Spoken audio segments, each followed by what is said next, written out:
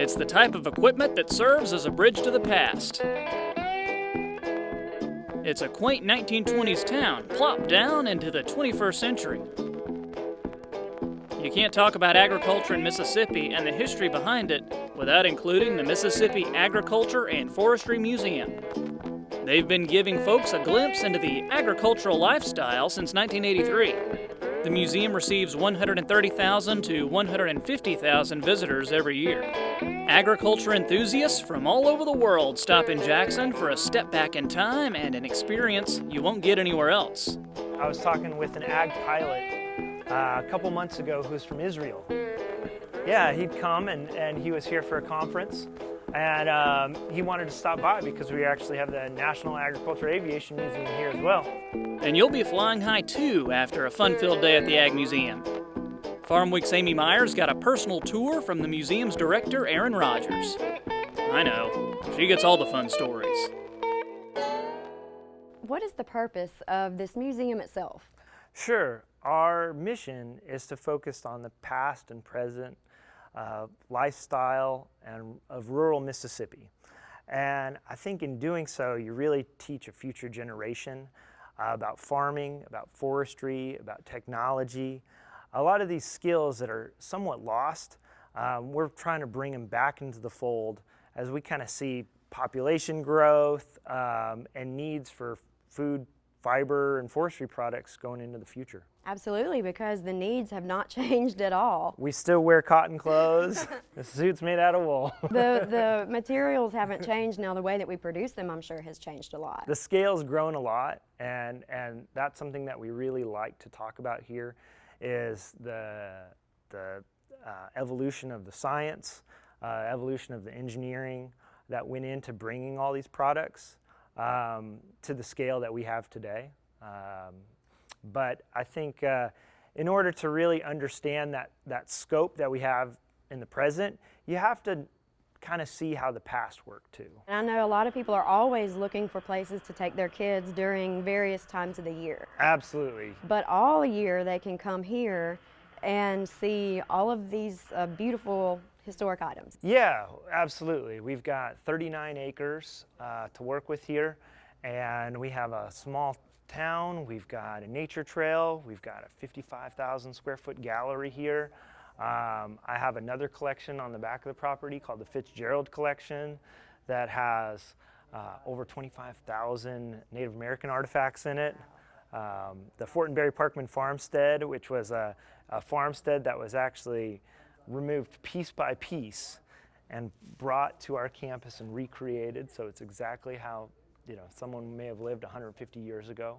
And so, that's one of the beauties that I find of this place is that the sheer size of us lets us really demonstrate how a lot of these products are developed and how a lot of them are made from the rough products. We grow cotton here in the summertime to the finished products. So, we gin our own cotton. We actually mill our own lumber. A lot of our buildings are built from lumber that we've milled here on site. For the museum, it's a mission that isn't confined to the ground. Here we are in the National Agriculture Aviation Museum. I think it's really important to show a lot of these industries. Ag aviation is one of those industries that's somewhat maligned. It can be kind of controversial, but without it, we wouldn't be able to produce the sheer amount of food, fiber that we get out of the Mississippi Delta and areas like that throughout the United States. So it's very vital to our economies, to our livelihoods here in Mississippi. And the more people know about it, the less that they find the controversy in it. And that's the way I like to kind of present a lot of the stuff that we do here. All these planes have been donated. All the artifacts that we have out here have been donated over the years.